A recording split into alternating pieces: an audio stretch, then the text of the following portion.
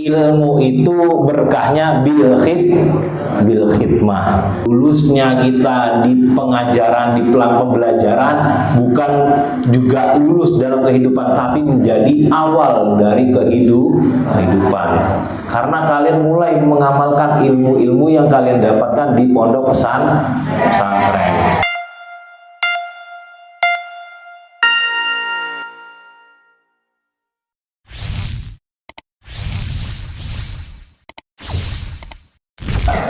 Kaifa halukum jami'an? Oke, sip, bagus.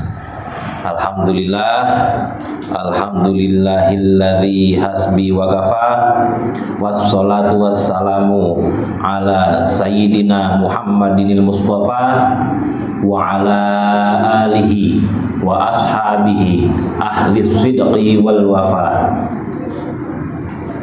Qala rabbi shrah li sadri wa yassir li amri wahlul 'uqdatam min lisani yafqahu qawli.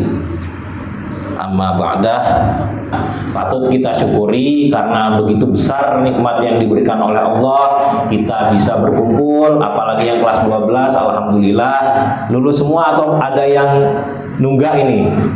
Atau ada yang mutbat? Lulus semua, alhamdulillah, berarti menjadi mutakhorijin ini ya.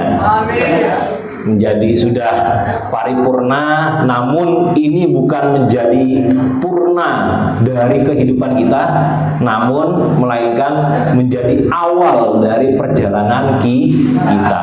Lulusnya kita di pengajaran, di pelang pembelajaran bukan juga lulus dalam kehidupan, tapi menjadi awal dari kehidupan. Karena kalian mulai mengamalkan ilmu-ilmu yang kalian dapatkan di pondok pesantren. Nah, tapi ini kok masih Bapak lihat masih banyak yang kelas 12 di sini. Kok masih belum pada pulang nih? Kenapa? Oh, ngabdi ya. Jadi memang ilmu itu berkahnya bil khidmah. Jadi kalau kalian pengen ilmu itu berkah, atau kalau bahasa Jawanya di pondok Bapak itu dengan menyepuhkan ilmu, itu dilalui dengan khidmah gitu. Kalian pasti akan merasakan, oh begini ternyata guru-guru yang membimbing, seperti halnya Ustadz Zuhri, Ustazah Nurul dan lain sebagainya. Oh begini mereka kalau membimbing, ternyata susah ya. Kalian pasti yang jadi mutakhorijin, yang khidmah pasti akan merasakan seperti itu. Tuh, pasti akan merasakan. Dan biasanya gejolak emosinya masih agak-agak tinggi gitu. Tapi harus juga dilalui dengan ilmu, juga diterapkan bagaimana kalian mengurus adik-adik kalian yang seperti dicontohkan oleh Ustadz Zuhri dan lain sebagainya. Jadi semua ada thoriqoh-thoriqohnya. Makanya di pondok itu thoriqoh yang paling utama adalah thoriqoh ta'lim wa ta'allum. Jadi belajar mengajar thoriqoh yang paling utama, thoriqotul aula itu.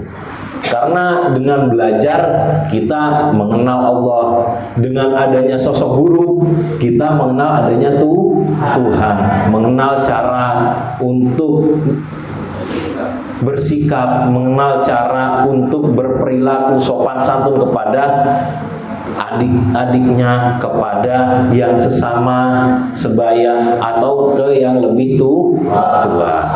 Itu semua berbeda. Tuh.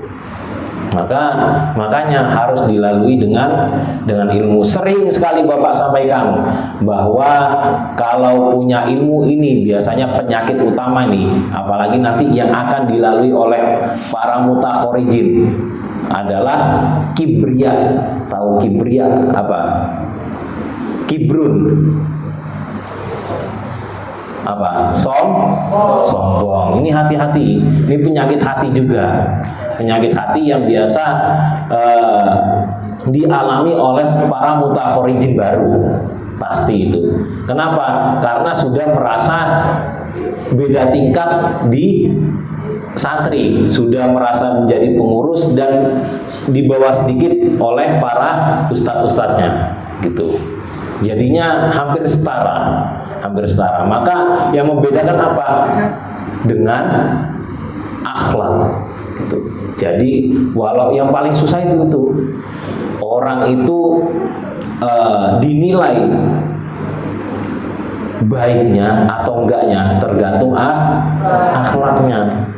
Sudah tahu iblis kayak gimana, paling abid dulunya pada saat masih di surga. Tapi bagaimana? Karena sombong itu karena apa?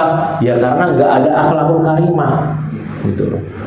Disuruh untuk memberikan sujud tahiyah kepada Nabi Adam, tapi bagaimana?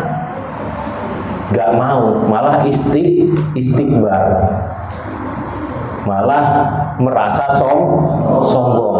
Karena apa? Karena saya lebih mulia, saya diciptakan dari api, sedangkan dia diciptakan dari tanah. Gitu katanya iblis. Wah, saya itu lebih dulu keluar dari pondok, lah kamu lo baru masuk. Ya jangan kayak gitu juga tuh. Tapi ya memang harus sesuai dengan kondisi, Tuh. Jadi penyakit yang memang sering mendera dari para mutakhorijin baru yaitu adalah salah satunya penyakit sombong. Kedua apa lagi? Selain dari sombong itu banyak lagi nanti merembet lagi apa? Merasa paling kuat.